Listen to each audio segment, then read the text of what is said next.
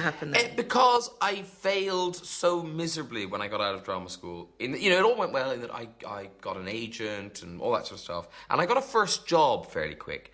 And then nothing. And I hated it. It was just a miserable existence being an actor. And even when I got the jobs, I didn't enjoy them very much. Because, at Central, you're trained to be a star. You're not trained to be, that person over there comes in with one line. But of course you are that person with one line, and it's not much fun. And I was working in restaurants, and working in restaurants is when I really started being a sort of a clown and messing around and to earn tips, or just because you thought it was good fun? Oh, with the staff. But occasionally I was funny okay. with customers. Mostly I was just vile to customers. They were the downside. They were an annoyance. Yes. I suppose you'll want some food. Yeah. I was having a perfectly good time over there. With my friends, the staff. Yeah. Who find me amusing. So, yeah. I'm sorry you don't. I'm sorry you think I'm a bit smart-alecky and slow. And you're hungry. Yeah. I know. I'm like, where's our food? I assume it's in the kitchen. Do you have it? I don't. It'll be in that big hot room. So that was what... And I used to do this thing where, because we had to do a lot of polishing glasses, and of course very unhygienic, but I would often put the tea towel on my head and pretend to be Mother Teresa. Lovely. Yeah, why not? Yeah. And then friends of mine owned this pub where someone was working behind the bar, and there was a gallery space upstairs, and I got it into my head that I was going to write a show, put on a show upstairs.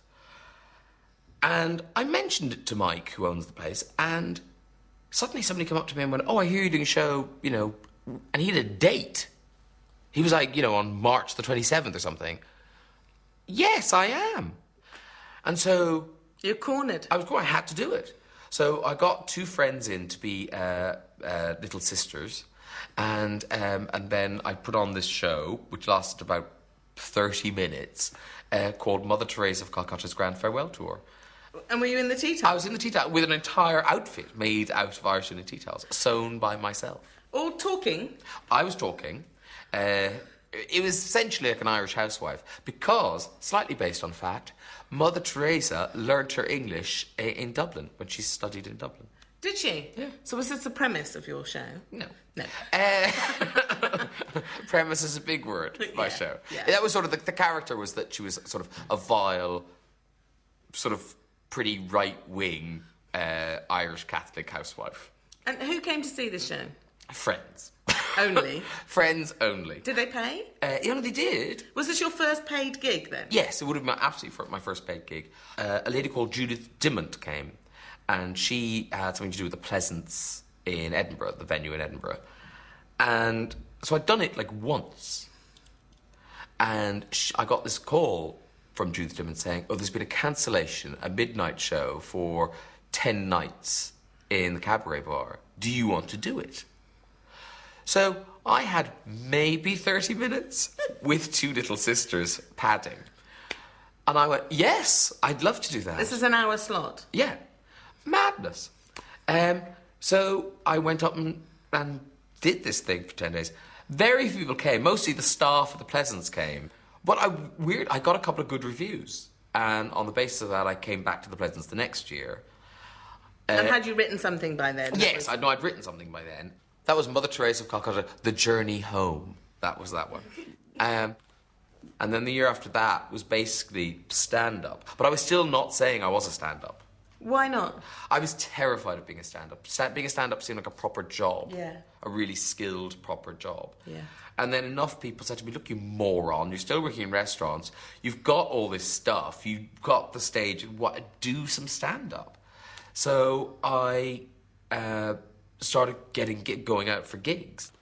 And it was a really steep learning curve, because actually it is different doing a stage hour in Edinburgh, even if it is just talking and jokes, to doing 20 minutes in a big drunk pub, and they haven't come to see you, and there's no commitment to you because someone's going to come on after you, and hopefully they're going to be better because we've decided we hate you.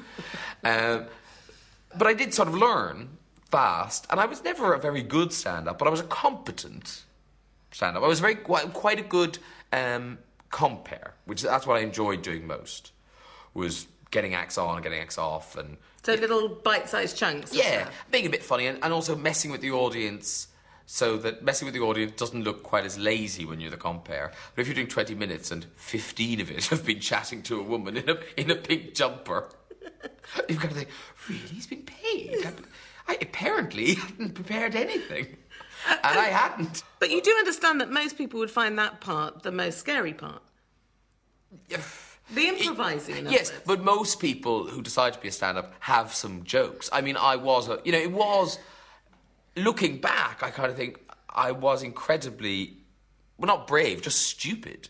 That is that thing, isn't it? The difference between kind of being brave and stupid is very... A thin line. Very thin line. Yeah, but it seems to me like you were swimming towards exactly what you're good at. It never felt like that at the time. I mean, I used to keep saying to people, oh, well, eventually, hopefully, all these things I'm doing will kind of all coalesce into something that I can call a career. And in a way, they did. Yeah.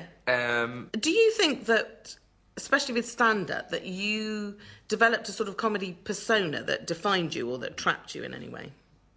Yes, in a way, in that it was it was almost like that playground self-preservation thing, where you're I'm going to do all the jokes before they start heckling.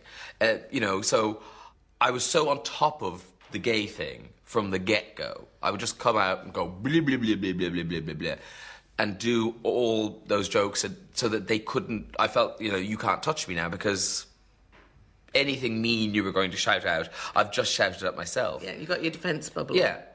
And that became kind of my thing, and you become a gay comic, which, I couldn't argue with that title, because I was. And that was what all my material was, basically.